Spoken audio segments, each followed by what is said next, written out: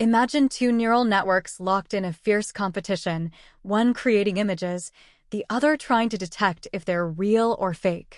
Welcome to the world of Generative Adversarial Networks, or GANs. Now, head over to colab.research.google.com and open a new notebook. Make sure you're signed in with your Google account.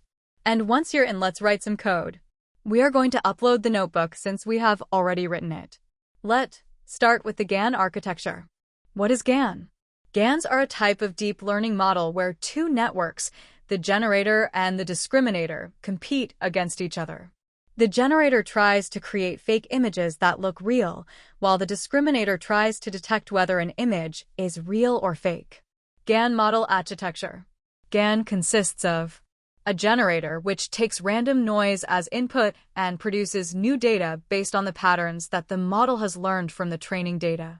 A discriminator, which analyzes images and tries to tell apart real images from fake ones. Let's first look inside the generator. We start with a random noise vector, often called the latent variable z. This noise is passed through a series of layers. The generator, G, takes in as input some random noise vector z and then tries to generate an image using this noise vector indicated as G, Z. Random noise which is input is sampled using uniform or normal distribution, and then it is fed into the generator which generates an image. The generated image is then passed to the discriminator, and based on the output of the discriminator, the parameters of the generator are updated. The discriminator, D, is a binary classifier which simultaneously takes a look at both real and fake samples generated by the generator and tries to decide which ones are real and which ones are fake. Given a sample image X, the discriminator models the probability of the image being fake or real. The probabilities are then passed back to the generator as feedback. The output D, X, is the probability that the input is real. If the input is real, dx would be 1, and if it is generated, dx should be 0.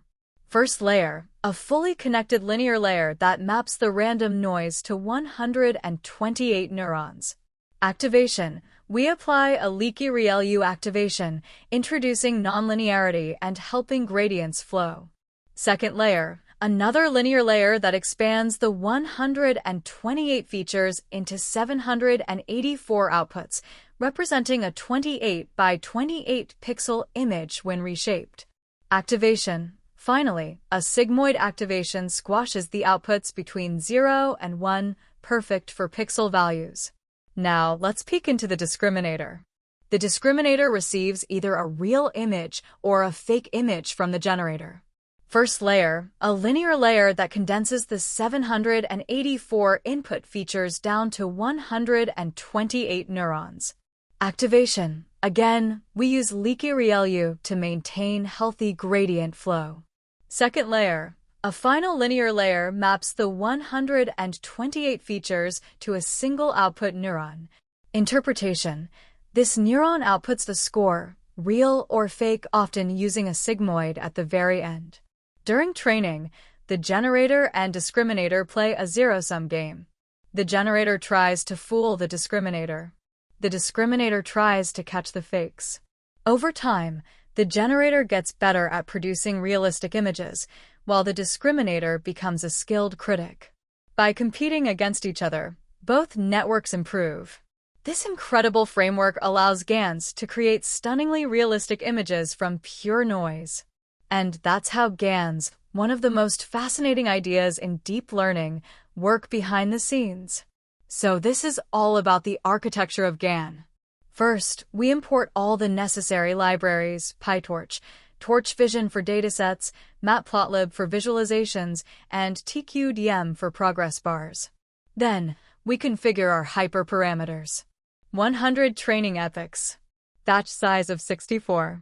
Random noise vector size of 100. Learning rates of 1 times 10 to the power of -4 for both models. We use the classic MNIST dataset of handwritten digits. Images are loaded as tensors, ready for neural network processing. Our generator network is simple but powerful.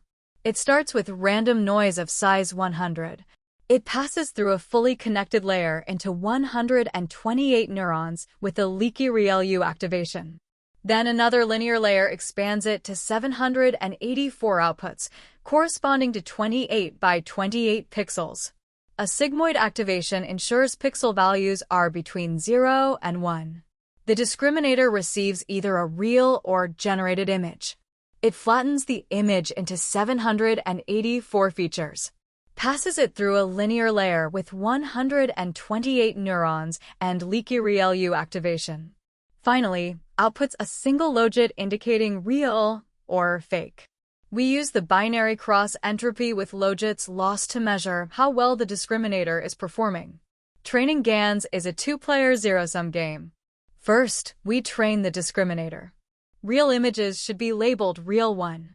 Fake images should be labeled fake 0. Then, we train the generator. Try to fool the discriminator into thinking the fake images are real. By alternating between these two steps, both networks gradually improve. We use a simple but effective loss. For discriminator, binary cross-entropy for real and fake inputs. For generator, binary cross-entropy but pretending the fake images are real. At the end of each epoch, we save a grid of generated images to visually track the generator's progress. Early on, the images are just noise, but as training progresses, they begin to look more and more like handwritten digits. And that's a walkthrough of building a GAN from scratch to generate handwritten digits. Two networks, locked in a creative rivalry, pushing each other toward mastery. Now, let's take a look at the generated outputs.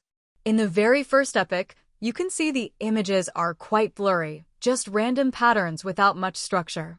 But as training progresses over more epochs, the quality steadily improves. Jumping to the 50th epoch, you'll notice the images are starting to form clearer shapes. They're still not perfect, but definitely much better than at the start. Finally, if we check the results from the last epoch, the images are sharp and much more realistic compared to the earlier ones. This shows how, over time, the generator learns to create images that closely resemble real handwritten digits.